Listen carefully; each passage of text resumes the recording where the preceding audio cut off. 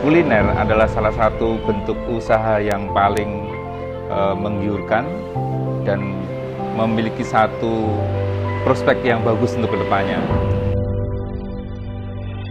Ketika kita membuat sebuah bisnis, sebetulnya bukan bisnis yang membuat kita berkembang, tapi bagaimana cara kita menjalankan bisnis. Assalamualaikum warahmatullahi wabarakatuh. Nama saya Muhammad Khalim Syuuti, tapi sering dipanggil atau panggilan akrabnya Mas Coy.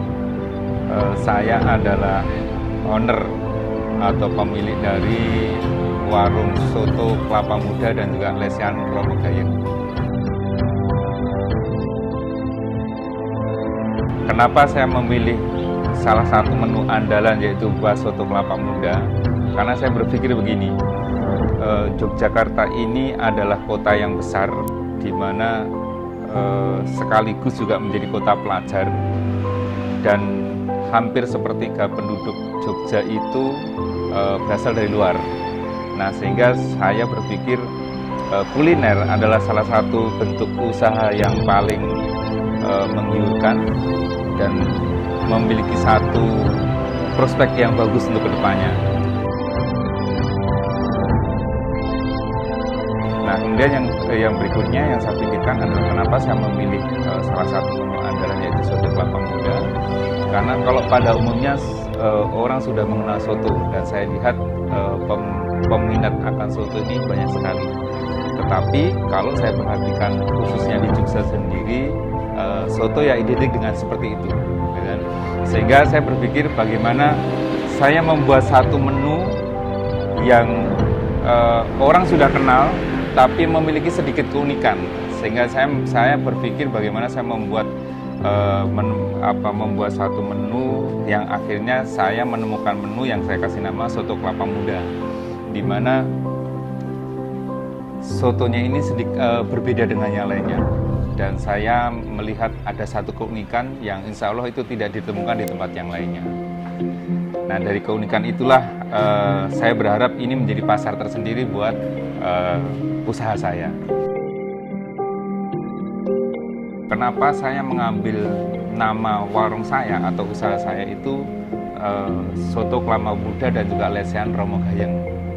Nah, untuk Romo Gayeng sendiri, barangkali untuk sebagian besar masyarakat Jogja, terutama sesepuh-sesepuh, itu pasti tahu siapa Romo Gayeng.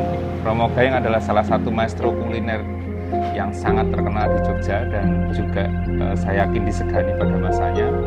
Dan saya melihat perjuangan beliau itu sangat luar biasa dalam merintis usaha mulai dari nol sampai besar, sehingga saya sebagai anak menantunya, saya tertarik dan saya punya satu keinginan bagaimana saya mengambil inspirasi dan melanjutkan perjuangan beliau. Sehingga dari situlah usaha saya kasih nama Romo Gayeng.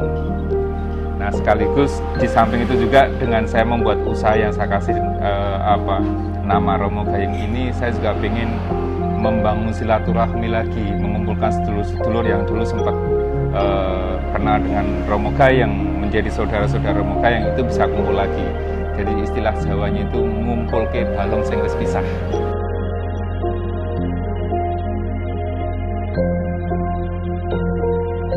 Apa sih perbedaan soto kelapa muda dengan soto yang lainnya? Kalau pertama dari tempatnya, kalau soto pada umumnya itu biasanya menggunakan mangkok, atau sekarang yang lagi tren menggunakan batok. Kita pun juga ada sebetulnya. Tetapi kalau soto kelapa muda sendiri itu menggunakan kelapa muda yang masih ada kelapanya. Jadi kelapa muda itu kita buka, kemudian kita ambil airnya, kemudian kelapanya masih ada, dan itulah yang kita gunakan untuk tempat sotonya. Jadi pengganti mangkok itu adalah berupa kelapa muda yang masih ada kelapanya. Nah, kemudian yang berikutnya, kalau soto pada umumnya itu biasanya menggunakan nasi. Nah, kalau kita tidak menggunakan nasi, tapi kita menggunakan ketupat, atau kalau tidak ya kita menggunakan lontong. Nah, kemudian di samping itu untuk isiannya itu hampir sama dengan yang lainnya, tapi kita ada tambahan, di mana di samping mie ada kecambah, kemudian ada daun bawang dan seledri, dan kita tidak menggunakan kol. Kemudian di samping itu ada toppingnya berupa bumbu kacang dan juga koya, bubuk koya. Nah, kemudian untuk dagingnya sendiri di samping isiannya daging sapi juga ada tambahan berupa paru yang digoreng. Nah, sehingga disinilah yang membuat soto kita itu berbeda dengan yang lainnya. Kemudian yang berikutnya, kalau untuk konsep dari soto sendiri, saya beberapa waktu yang lalu sempat bereksperimen untuk mencari satu racikan bumbu yang pas untuk soto saya, sehingga pada akhirnya saya menemukan racikan di mana saya menggabungkan bumbu antara soto Lamongan dan soto Banjar. Nah, itu saya gabungkan sehingga dari situ tampilan soto saya dan rasanya saya yakin itu berbeda dengan yang lainnya, dan insya Allah itu halal dunia dan akhirat.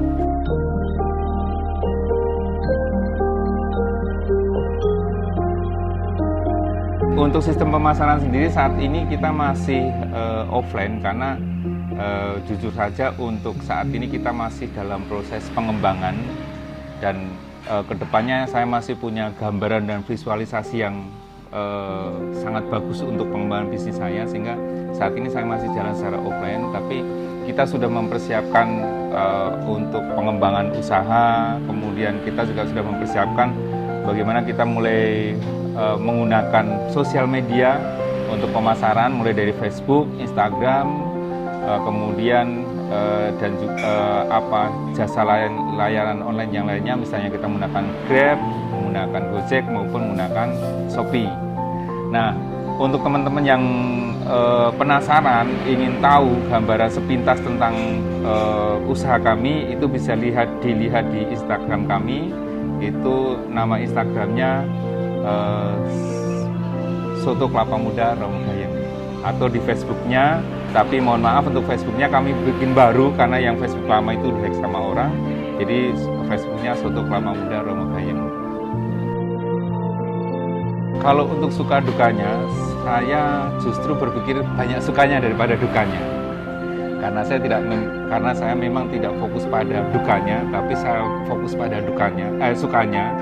Dan ketika kita merintis usaha adalah sesuatu hal yang sangat wajar, dimana ketika kita memulai berarti kita harus berani melangkah dari titik yang paling rendah, yaitu titik nol, ya.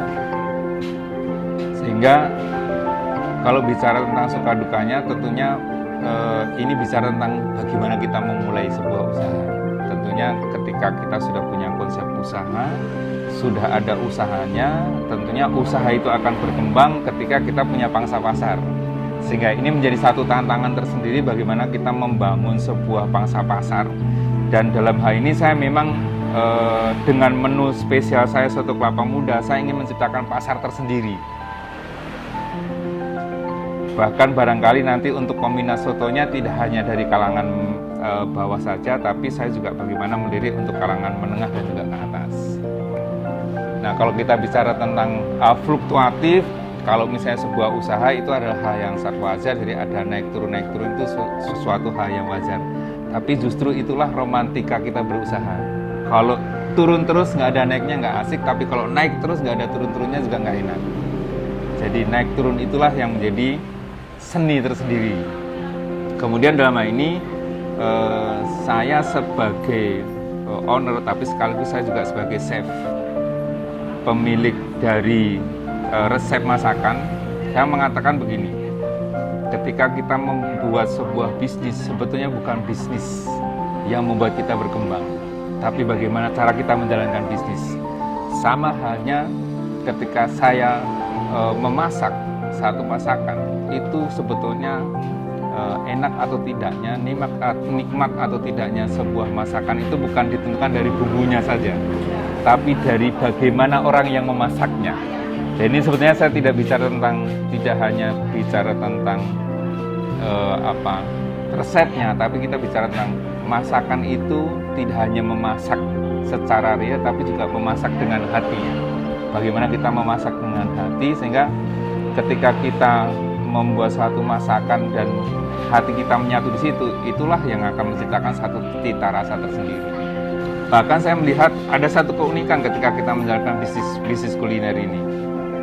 Sama-sama kita sudah siapkan ketika yang masakan itu sudah jadi, terutama untuk soto kelapa muda sendiri, ketika yang meracik sudah beda orang, meskipun racikannya sama, ternyata rasanya beda. Dan itu saya buktikan dari beberapa pelanggan kami yang sering datang ke sini, itu mereka mengatakan kalau bukan chefnya yang meracik, mereka merasakan rasanya beda. Kalau kita belajar tentang usaha, ada 4 kuadran. Pertama adalah employer, kedua self employer, ketiga business owner, dan yang keempat itu adalah investor. Sehingga ketika kita bicara tentang memulai usaha, saya yakin setiap orang itu punya keinginan untuk memiliki usaha. Dan bicara tentang memulai usaha, tidak sedikit dari mereka yang ingin memulai usaha itu memiliki banyak modal. Tapi tidak sedikit pula dari mereka yang ingin memiliki usaha dan punya modal, akhirnya tidak punya usaha. Kenapa hal itu terjadi? Karena bicara tentang mindset. Nah, ini adalah hal yang sangat penting, bagaimana ketika kita memulai sebuah usaha, benar-benar mindset kita ini harus kita arahkan untuk menjadi seorang entrepreneur. Karena memang usaha dengan dagang ini hampir beda-beda tipis. Tapi bagaimana kita tidak hanya berpikir tentang berdagang, tapi bagaimana kita berbisnis. Bagaimana kita tidak hanya berpikir memiliki usaha, tapi bagaimana kita menjadi seorang pengusaha. Nah, disinilah dibutuhkan tentang mindset yang berbeda, skill set yang berbeda, yang pada akhirnya tentunya dibutuhkan toolset yang berbeda. Jadi sebetulnya permasalahan ketika kita memiliki usaha atau membangun usaha, bukan modal sebetulnya yang membuat kita tidak berkembang. Bukan modal yang membuat kita tidak memiliki usaha besar, tapi cara kita menjalankan usaha. Karena banyak orang yang berpatokan bahwasanya modal itu identik dengan materi, modal itu identik dengan uang. Padahal sebetulnya kita sendiri itulah modal utamanya. Disitulah peran penting skill hadir. Harapan kedepannya ya kalau berhubungan dengan situasi sekarang ini, bagaimana situasi ini kembali normal, mahasiswa kembali masuk sehingga pangsa pasarnya kembali luas. Tetapi dalam ini kalau bicara tentang usaha saya sendiri, saya berpikir bagaimana nanti kedepannya saya tidak hanya sebatas punya usaha di satu tempat, tapi bagaimana saya memiliki banyak cabang usaha, punya banyak tempat yang akan saya kelola kedepannya. Dan di samping itu juga saya ingin bagaimana dengan usaha yang saya jalankan ini tidak hanya sekedar menghidupi saya dan keluarga, tapi juga bisa menghidupi banyak orang. Sehingga saya tentunya harapannya bagaimana usaha saya ini berkembang. Dan sekaligus kalau saya belajar dari proses perjalanan dari Romo Gayeng sendiri, dulu Romo Gayeng pernah punya satu warung namanya Warung Humor, di mana menunya sangat beraneka ragam dan dengan menu-menu yang tidak pada umumnya. Nah, kedepannya saya ingin membuat sesuatu hal yang berbeda dengan konsep usaha saya ini. Jadi ini usaha yang saya rintis ini adalah menjadi pijakan saya, menjadi awal saya untuk bagaimana saya membangun untuk kedepannya, sehingga ini tidak hanya sebatas usaha, tapi bagaimana saya membangun kerajaan bisnis dari bisnis kuliner. Teman-teman ingin mencoba, silakan datang ke tempat kami. Kami terbuka, kami buka dari jam 8 sampai jam 3 sore. Kemudian harinya dari hari Senin sampai hari Minggu. Jadi kita tidak libur, terkecuali kalau memang pas ada acara. Dan silakan datang ke tempat kami, itu berada saat ini di Jalan Tarudan, Ngoto, Sewon Bantul. Ya, tepatnya kalau misalnya teman-teman bingung nanti bisa lihat di Google Map, yaitu Soto Kelapa Muda Romo Gayeng, persisnya barat Masjid Al Firdaus Ngoto. Terima kasih.